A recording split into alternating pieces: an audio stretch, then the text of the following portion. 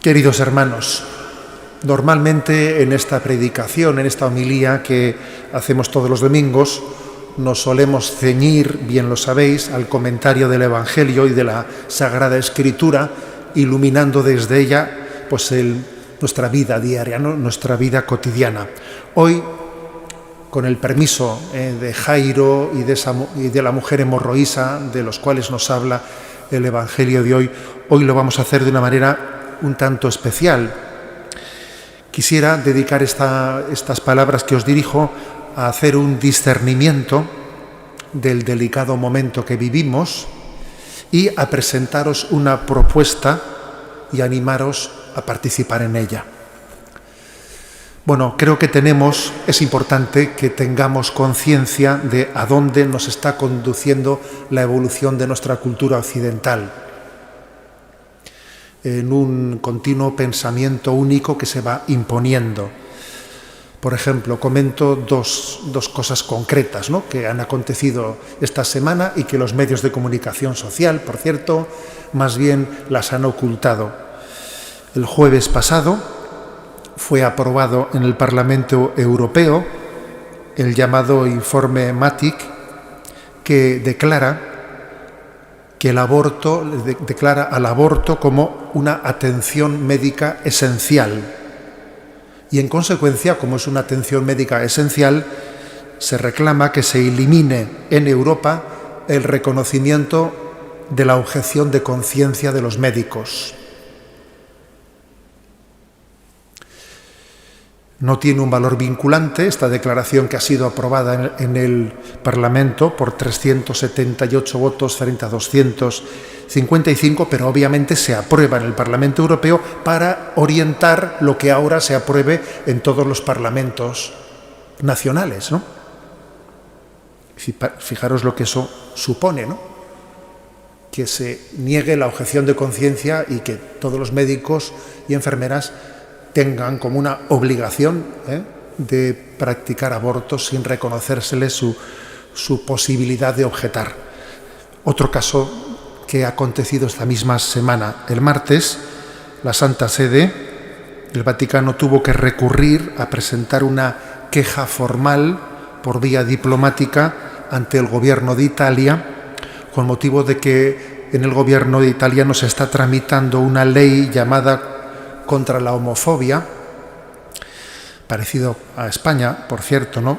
Porque en esa ley italiana se penaría la libertad de pensamiento y de opinión en materia de discrepancia sobre lo que se llama la agenda LGTB, ¿no? Y estaría penado el que alguien publicase un libro escolar en el que se dijese que el sexo masculino o femenino está ligado a la naturaleza, que es la naturaleza la que define que seamos hombres o mujeres, ¿no? Y tal cosa está en ese borrador de proyecto de ley, está considerada como delito decir eso.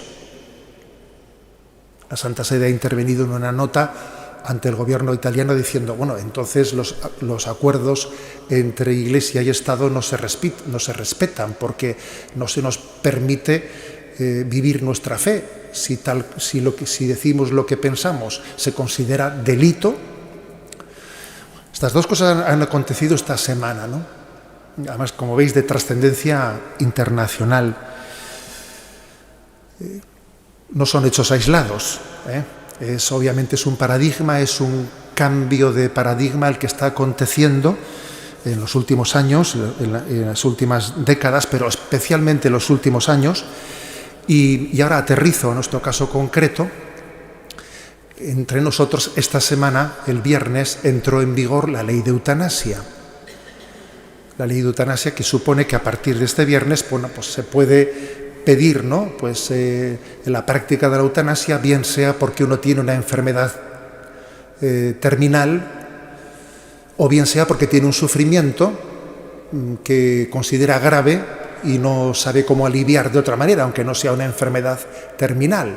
También puede ser un sufrimiento psíquico por el que pida la eutanasia o un suicidio asistido, que le ayuden a suicidarse. En la prensa pues habéis visto pues, muchos reportajes de algunas personas que se han prestado también a dar la bienvenida y a aplaudir tal iniciativa. Pues bien, en la línea de ese refrán que dice que más vale encender una luz que gastar nuestras fuerzas maldiciendo a las tinieblas, en la Conferencia Episcopal Española se tomó en la última plenaria la decisión de poner en marcha una iniciativa que hoy os quiero presentar. La iniciativa se llama el Testamento Vital. El Testamento Vital no es algo nuevo, porque se trata de un recurso legal que ya fue aprobado hace unos 20 años, que se llama Declaración de Instrucciones Previas y Voluntades Anticipadas. Un ciudadano puede hacer esta declaración de instrucciones previas, voluntades anticipadas, diciendo cómo me gustaría morir. Quiero expresar mi testamento vital. Eso fue aprobado, como digo, hace 20 años, pero tuvo poco uso, poco recorrido. Pues bien, en este momento, en esta situación en la que estamos, nos parece un momento adecuado para recurrir a este instrumento legal, para manifestar nuestras voluntades, cómo queremos vivir nuestra enfermedad y nuestra muerte. Entonces hemos pensado hacerlo pues facilitándolo a través de las parroquias, porque claro, si uno eso puede hacerlo recurriendo al notario, pero son procesos complicados que hemos querido facilitar haciéndolo a través de las parroquias. Y para ello hemos hablado con las autoridades de la Consejería de Sanidad para consensuar cómo hacerlo.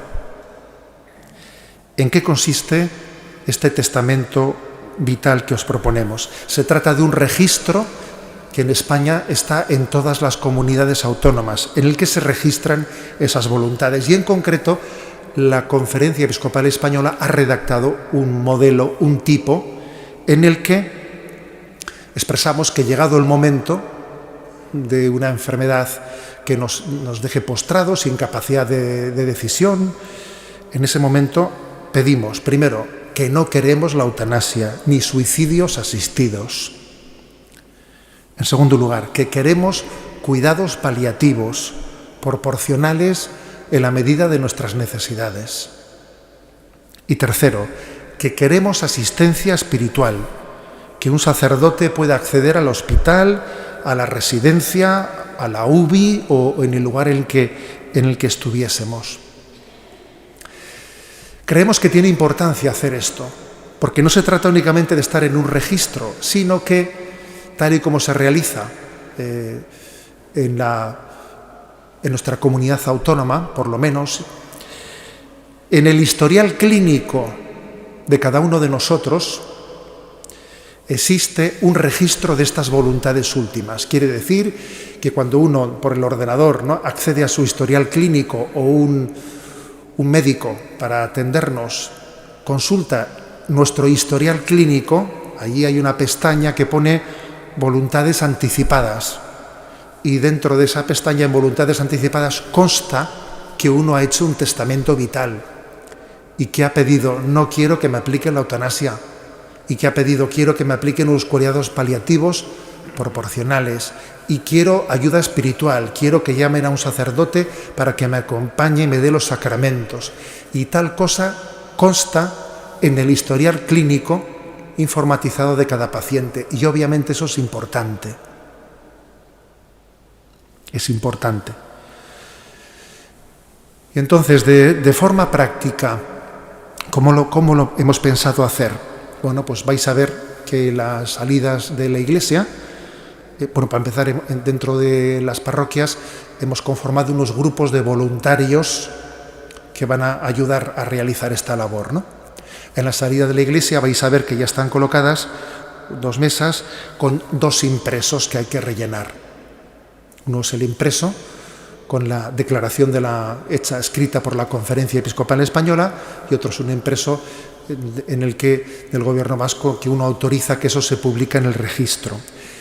Hay que llevarlos a casa, rellenarlos y traerlos con una fotocopia del carné de identidad. Luego hacen falta, como vais a ver que en uno de los impresos consta, hace falta 3 testigos que no pueden ser familiares.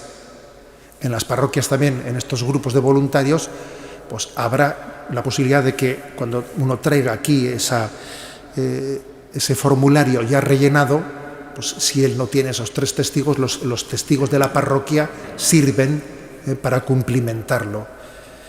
Y las parroquias se encargan ya de presentarlo ante los registros debidamente. Finalmente uno recibe en su casa una carta del gobierno vasco en la que se le anuncia que ha sido debidamente registrado. Y por supuesto que en el futuro uno podría libremente pues, cambiar esas voluntades o matizarlas, porque eso es un registro como cuando vamos a un notario, que uno puede cambiar sus voluntades. Pero uno recibiría una carta comunicándole que ya está registrado. Bueno, queremos reclamar nuestros derechos por muchos motivos, En primer lugar, pues porque aunque se nos diga no es necesario, porque si la eutanasia no se le aplica más que a quien la pida. Bueno, tenemos conocimiento de lo que ocurre en otras naciones, en las 5 naciones donde ya fue aprobado la eutanasia, como en el mismo momento en que se aprobó, comenzó una pendiente resbaladiza en la que año tras año las condiciones para la aplicación de eutanasia iban siendo modificadas hacia una mayor facilitación, sin que se sepa finalmente dónde están los límites. Para empezar, partimos de la experiencia ajena y tenemos muy claro que nosotros no vamos a ser distintos. Vemos también cuál es la evolución de la cultura. Por ejemplo, esta ley se aprueba diciendo que los médicos tienen derecho a objeción de conciencia y no se les va a obligar a practicar la eutanasia. Sí, pero eso también se dijo del aborto hace un tiempo, y ahora, como habéis visto, esta semana se aprueba esa declaración en el Parlamento Europeo diciendo que el aborto es un servicio social esencial y que no hay derecho a la objeción de conciencia. Y en esa especie de pendiente resbaladiza hacia el sinsentido en la que nos encontramos, obviamente creo que es importante que formalicemos nuestra petición explícita, facilitando así además la asistencia espiritual, porque no es tan sencillo a veces poder tener un acompañamiento pues en un contexto en el que hay muchas normativas también de tipo obviamente técnico y médico, de no ser que el propio paciente haya manifestado que quiere una asistencia espiritual en ese lugar, facilitando así la entrada de los capellanes. Creo que es un signo el de hacer de una manera, digamos, popularizada en el seno de la Iglesia, y no únicamente en el seno de la Iglesia, porque obviamente hay muchas personas que sin ser creyentes entienden que hay una distancia infinita entre morir y matar. Y hay muchas personas que incluso no siendo creyentes saben que aunque no todas las enfermedades son curables, sí son cuidables o acompañables. No siempre se puede curar, pero sí se puede cuidar y acompañar. Y por lo tanto, seguro que habrá muchas personas que también se asumen a este testamento vital más allá del seno de la Iglesia, de la Iglesia católica. Queremos hacer un signo de una apuesta por la cultura de la vida. Cuando el Evangelio de hoy decía, ¿no?, en esta escena de la resurrección de la hija de Jairo, entra allí Jesús para estupor de quienes le miran, ¿no?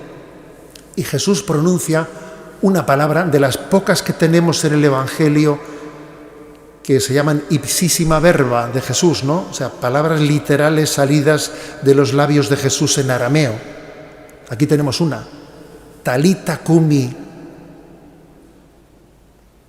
tal y como Jesús la pronunció. Y nos dice también el Evangelio cuál es la traducción de ese talita cumi dicho en arameo, porque el Evangelio está escrito en griego, ¿no? Y dice, contigo hablo, niña, levántate. Bien, pues yo creo que esto es lo que hacemos hoy. Talita cumi, contigo hablo, levántate. Vamos a hacer un signo de apuesta por la cultura de la vida, un signo de esperanza, un signo de decir, encendemos una luz porque creemos que en medio del desnortamiento tan fuerte que tiene una cultura que ha perdido, ha roto con sus raíces cristianas, y cuando uno rompe con sus raíces, pues no sabe hacia dónde ir, ¿no? Es difícil saber a dónde vas si te has olvidado de dónde vienes. Hay un refrán, ¿no?, que dice que a veces corremos como pollos sin cabeza, ¿no? Pues nos pasa eso, cuando uno rompe las raíces de su cultura, que son raíces cristianas, pero no únicamente cristianas. Europa ha estado construida sobre el derecho romano, sobre la filosofía griega y sobre la revelación de Jerusalén, ¿no?, cristiana. Y cuando rompemos con esas tres raíces, romanas, griegas y cristianas, pues entramos en una profunda crisis. Queremos decir, Talita Cumi. Os invito a tomarnos en serio esta